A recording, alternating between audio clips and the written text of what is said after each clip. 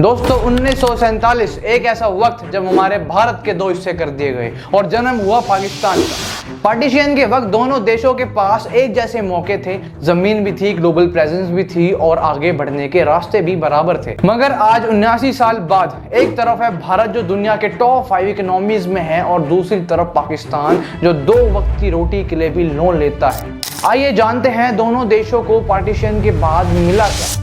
1947 में भारत को मिला था 82% पॉपुलेशन, 77% रेवेन्यू और 75% इंडस्ट्री, और वही पाकिस्तान को मिलता है 18% की पॉपुलेशन, 17% का रेवेन्यू और 25% का शेयर इंडस्ट्री में। मगर दोनों के पास एक चीज बराबर थी, एक नए देश को खड़ा करने का चांस। आज भारत के पास है 4.3 ट्रिलियन की economy, space programmes, IT hub, defence power और दुनिया का सबसे बड़ी डेमोक्रेसी का दर्जा।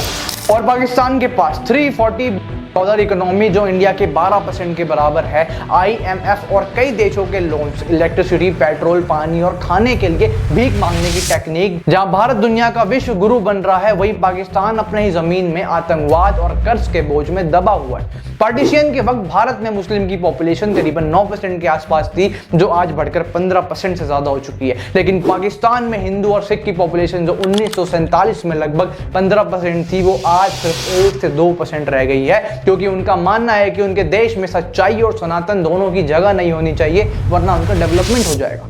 सोचिए, भारत ने सभी धर्मों को जगह दी, पर पाकिस्तान ने अपने माइनॉरिटीज को या तो भगा दिया या तो उनका खात्मा कर दिया।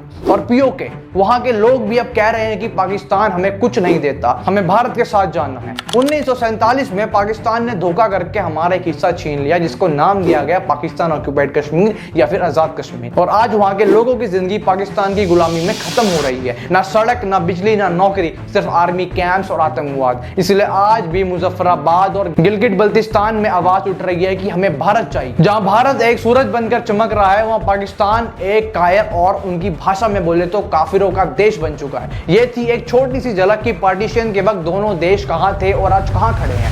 एक देश जो विश्व का नेता बन रहा है और दूसरा देश जो आतंकवाद और गरीबी में डूबता जा रहा है। लेकिन असली राज अभी बाकी है। पीओके की असली कहानी क्या है, कैसे पाकिस्तान ने धोखे से छीना और क्या होता है वहां के लोगों के साथ, और क्या वहां के लोग वापस भारत के साथ जुड़ने को तैयार हैं। अगले फ्राइडे आ रही है explosive case study PoK the forgotten truth, जो आपके होश उड़ा देगी, क्योंकि आपको भारत के कोने कोने की सच्चाई दिखाने की जिम्मेदारी हमने ली है। जय हिंद, वंदे मातरम।